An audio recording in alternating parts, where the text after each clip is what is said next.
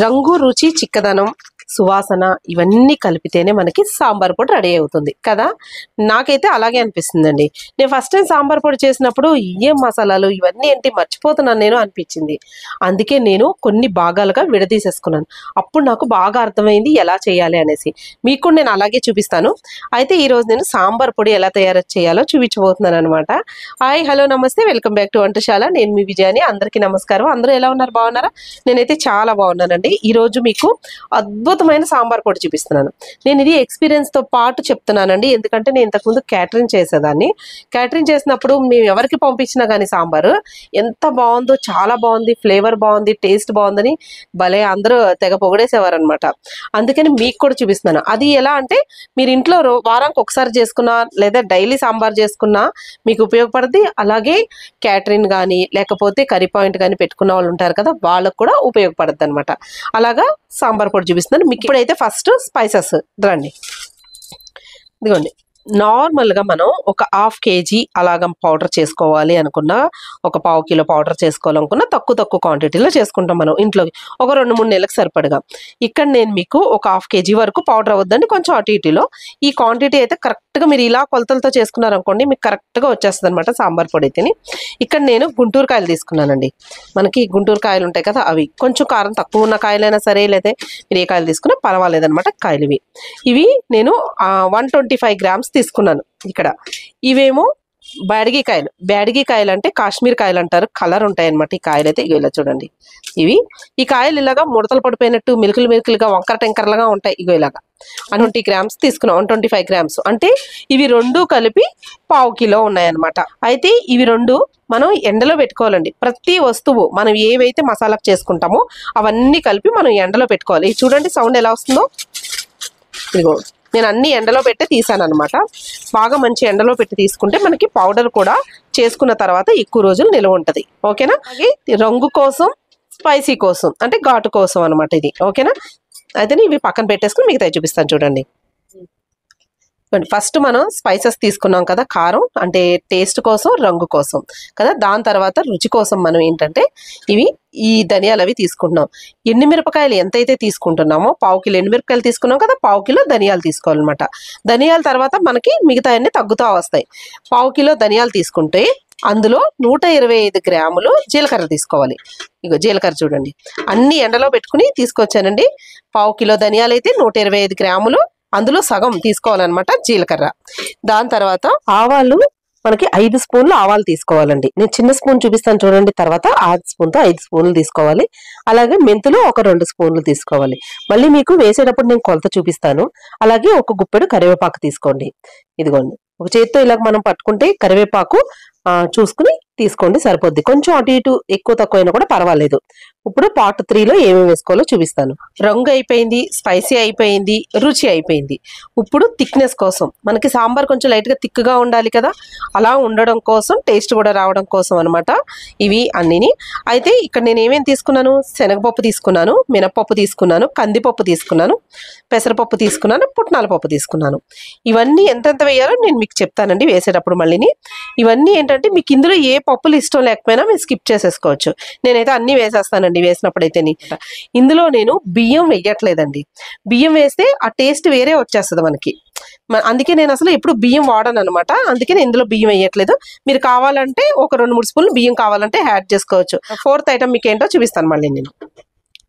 ఇవన్నీ extra flavours కోసం, మనకి మసాలా ఫ్లేవర్స్ ఎక్స్ట్రా ఉండాలి అంటే ఇవి వేసుకోవాలన్నమాట. పసుపు కంపల్సరీ వేసుకోవాలండి. అలాగే ఇంగువ.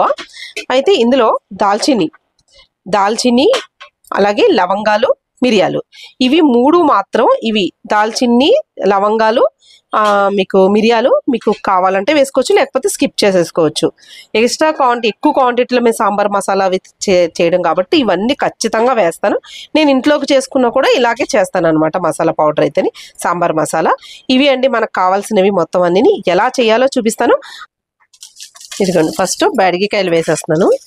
అయితే ఈ కాయలు వేసినప్పుడు మనం ముచ్చుకులు తీసుకుంటాం కదా, ముచ్చుకులు తీసేసే మనం ఏంటంటే పౌడర్ చేసుకోవాలి. కాకపోతే నార్మల్ ఎండుమిరపకాయలకు చూడండి, మనం గుంటూరు కాయలకి అవి ఇలా తీస్తాం కదా, అలా తీయకూడదు. కొంచెం ముచ్చుకు దగ్గర ఇలా ఉంచాలి.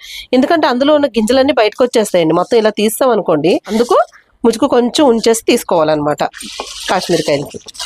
ఇవి కూడా వేసేసి వేయించేసుకుందాం. ఎలాంటి నూనె కానీ ఎలాంటిది వేయకూడదండి, నార్మల్గా ఇలాగే వేయించేసుకోవాలి. వీటిని తీసుకునేటప్పుడు 2 గరిటెలు తీసుకోండి. ఒక గరిటె తీసుకున్నాం అనుకోండి ఇలా తిప్పడానికి రాదనమాట. ఇదిగోండి ఎండుమిరపకాయలు అయితే వేగిపోయినాయి. ఇవి ఎలా వేయించుకోవాలో అన్నీ చూపిస్తాను చూడండి. ఎందుకంటే ఎలా అంటే అలా వేయించేసుకున్న సాంబార్ పొడి అన్నీ వేసినా కానీ మనం వేయించుకునే దాంట్లో కూడా ఉంటుంది అనమాట. ఘాటు వచ్చేస్తుంది ఎండుమిరపకాయలు వేయించడం వల్ల. ఇదిగోండి సెకండ్ ధనియాలు కూడా మంచి సువాసన వచ్చే వరకు వేయించుకోవాలి. కానీ ఎక్కడ మాడకూడదు, కలర్ అది ఎక్కువ చేంజ్ అవ్వకూడదు, చూసుకుని వేయించుకోండి. వేయించుకునే దాన్ని బట్టే ఉంటుంది మనకి సాంబార్ పొడి మసాలా. ఇదిగోండి ధనియాలు కూడా వేగిపోయినాయి. ధనియాలను కూడా తీసేస్తున్నాను. ఇదిగోండి జీలకర్ర,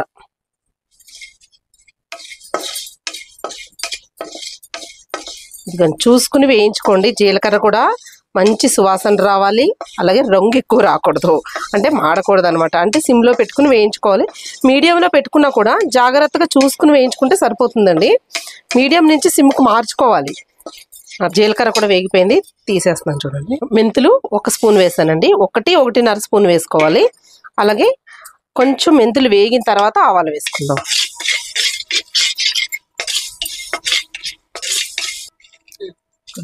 ఒక్కసారి వేడెక్కితే చాలు మెంతులు, అంతే. తర్వాత ఆవాలు 5 స్పూన్లు ఆవాలు వేస్తున్నానండి.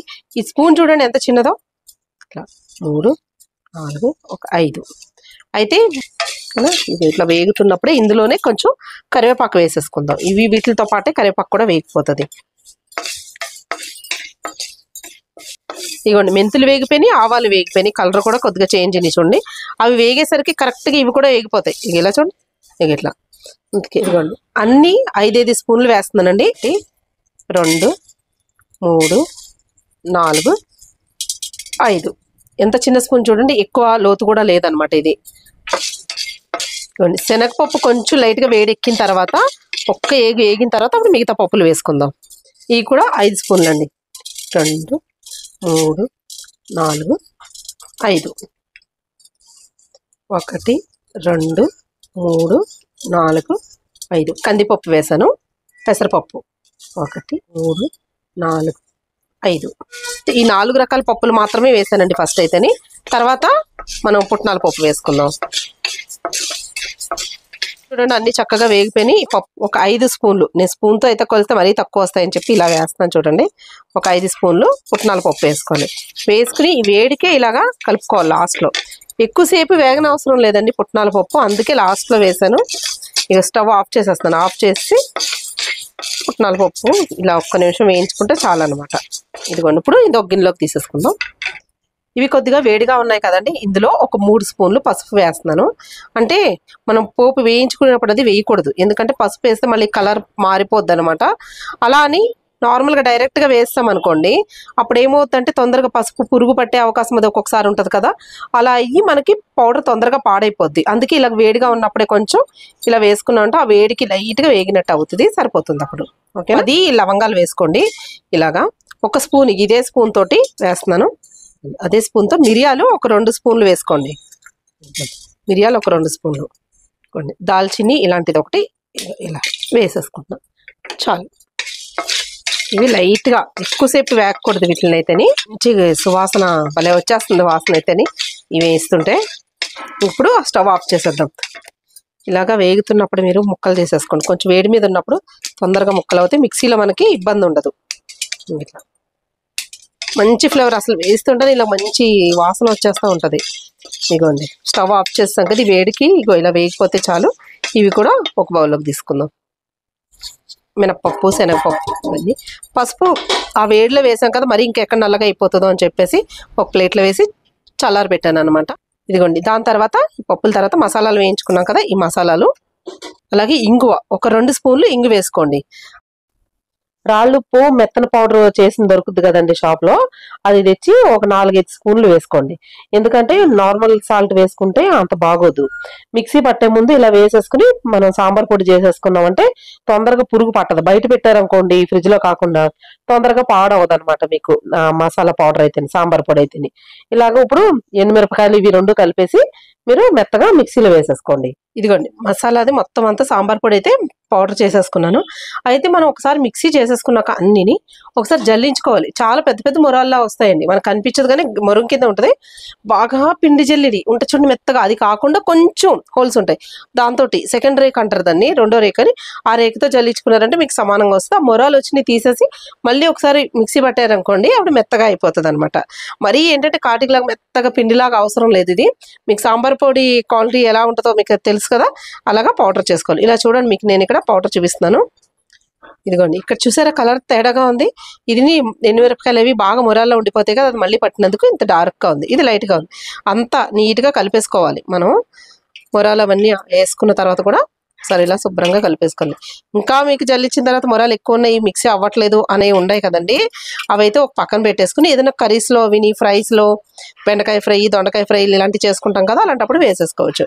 ఇవి ఇలా చక్కగా కలిపేసుకుని మీరు వాడేదైతే ఏదైనా సరే ఒక డబ్బాలో పెట్టేసుకోండి. ఎక్కువ స్టోర్ చేసుకునేది అయితే ఒక సీసాలో పెట్టేసుకుని మీరు మూత పెట్టేసుకుని ఫ్రిడ్జ్లో పెట్టేసుకోండి. ఇలాగా ఇది నేను కొంచెం మీరు చిన్న సీసాలో పెట్టుకున్నా సరేనండి, కొద్దిగా కానీ నొక్కి పెట్టుకోవాలి. మీరు ఏ వదైనా సరే పౌడర్లు అవి వేసుకున్నప్పుడు నొక్కి పెట్టుకుంటే తొందరగా పాడవదు అనమాట. మనకి లూజ్గా పెట్టకూడదు. ఇదిగోండి, దీని మీద 1 స్పూన్ అంతా సాల్ట్ ఇలా వేసుకోండి. ఇలా వేసేసుకుని ఇలా సమానంగా ఇలా పరిచేసుకుని ఇప్పుడు మూత పెట్టేసుకుని మీరు ఫ్రిడ్జ్లో స్టోర్ చేసుకోండి. బయట ఉన్నా సరే ఏంటంటే బయట ఉంటే మీకు 3 నెలల వరకు ఇంత ఫ్రెష్గా అయితే ఉండదండి, 1 నెల రోజుల వరకు అయితే ఉంటుంది. ఇలా ఈ జాగ్రత్త తీసుకుని మీరు ఇలాగా పెట్టేస్తేనే అంటే ఆ స్మెల్ అన్నది మీకు మూత తీసినప్పుడల్లా కొంచెం కొంచెం పోతుంది కదా, అందుకు మీరు ఫ్రిడ్జ్లోంచి తీస్తే మాత్రం అంత తొందరగా పోదు. ఎందుకంటే మేము తీసిన వెంటనే వేసేసుకుని మళ్ళీ వెంటనే ఫ్రిడ్జ్లో పెట్టేసుకోవాలి. అప్పుడు 3 నెలల వరకైనా ఇలాగే ఫ్రెష్గా ఉంటుంది అనమాట. ఇలా పెట్టుకుంటే మనకి పురుగు పట్టదు, ఎలాంటి ఫ్లేవర్స్ కూడా బయటకు వెళ్ళవన్నమాట. ఓకేనా? మరి ఈ వీడియో మీకు నచ్చిందా? మీరు ఎలా చేస్తారో సాంబార్ పొడి నాకు కామెంట్స్లో తెలియచేయండి. మీరు ఎలా చేస్తారో, నేనైతే ఇలా చేస్తాను. ఒకవేళ ఏంటంటే ఒక్కొక్కళ్ళు ఒక్కొక్క రకంగా చేస్తారు కదా, మీరు ఎలా చేస్తారో తెలుసుకోవాలని ఉంది. మీరు కనుక ఎలా చేస్తారో నాకు కామెంట్స్లో తెలియచేయండి. ట్రైన్ నేను కూడా ఇలా చేస్తాను అని చెప్తుందండి, కానీ భాష నాకు అర్థం కావట్లేదు. మా ట్రైన్ అయితే నేను కరెక్ట్గా ఏదైనా ఇంపార్టెంట్ మాట్లాడుతున్నప్పుడే హార్న్ వేస్తూ ఉంటుంది. మీరు ఎలా చేస్తారో నాకు కామెంట్లో తెలియచేయండి, నాకు కూడా తెలుసుకోవాలని ఉంది. ఓకేనా అండి? మరి సాంబార్ పొడి మీరు కూడా ట్రై చేసి ఎలా వచ్చిందో నాకు కామెంట్లో తెలియచేయండి. అలాగే మా వీడియో కనుక నచ్చిందంటే మా ఛానల్ని సబ్స్క్రైబ్ చేసుకోండి, బెల్ ఐకాన్ క్లిక్ చేయండి, ఆల్ అనే ఆప్షన్ ఉంటుంది, అది కూడా క్లిక్ చేస్తారంటే మా వీడియోస్ అన్ని నోటిఫికేషన్ వస్తాయి. మరి ఇంకెందుకు ఆలస్యం, మళ్ళీ వచ్చే వీడియోలో ఒక మంచి రెసిపీతో పాటు మళ్ళీ కలుద్దాం.